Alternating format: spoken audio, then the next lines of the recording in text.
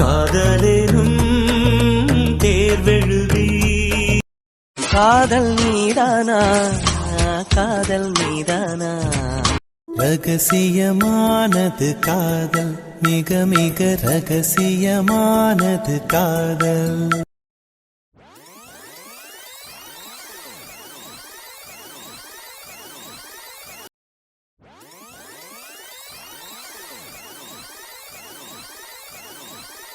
என்ன முகில், எதுவும் பிரச்சனையா? இல்லைண்ணா, எங்கள் அக்காவுக்கும் உங்களுக்கும் நடுவில் ஏதாவது இருக்கா?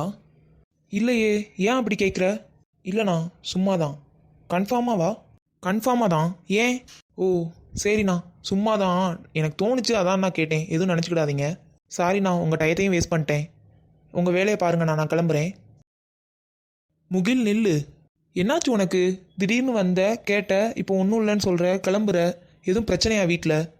ஒன்றும் இல்லைண்ணா, சொல்லலாமான்னு தெரில. அபி நேற்று நைட் உங்கள் ஃபோட்டோ பார்த்துட்டு அழுதுகிட்டே இருந்தா.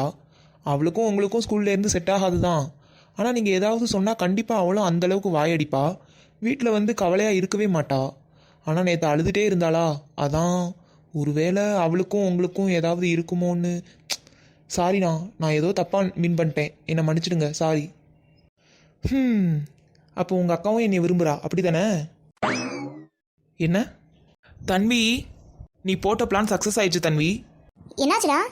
இவர் என்ன லூசா? நம்ம ஒன்று நினச்சி பேச கூப்பிட்டு அவராட்டு ஒன்று பேசிக்கிட்டு இருக்காரு.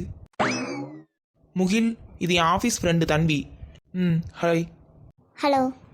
எனக்கும் உங்கள் அக்காவுக்கும் ஸ்கூல்லேருந்து செட் ஆகாது தான். ஆனால் என்னன்னு தெரில, ஏதோ ஒன்று இங்கே வந்ததுலேருந்து தோணிக்கிட்டே இருந்துச்சு. மேபி அது நாங்கள் எப்பவும் சண்டை போடுறதுனால அதுவாக கூட இருக்கலாம். உங்கள் அக்காவும் என்னை விரும்புகிறான்னு எனக்கு தோணுச்சு. ஆனால் அதை அவள் வெளிக்காட்டவே இல்லை.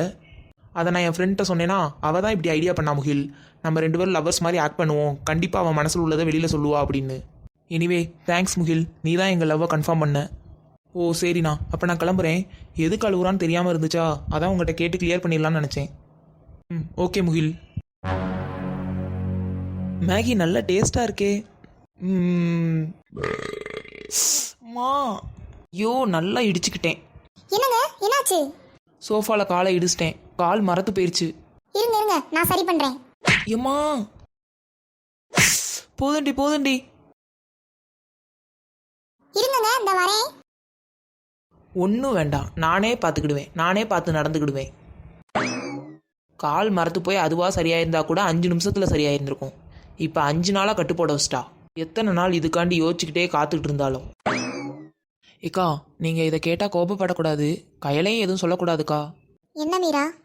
இல்லைக்கா, பீச்சில் அந்த அக்கா சொன்னது எல்லாமே உண்மைதான். நம்ம கையில் ஒரு பையனை லவ் பண்ணுறா.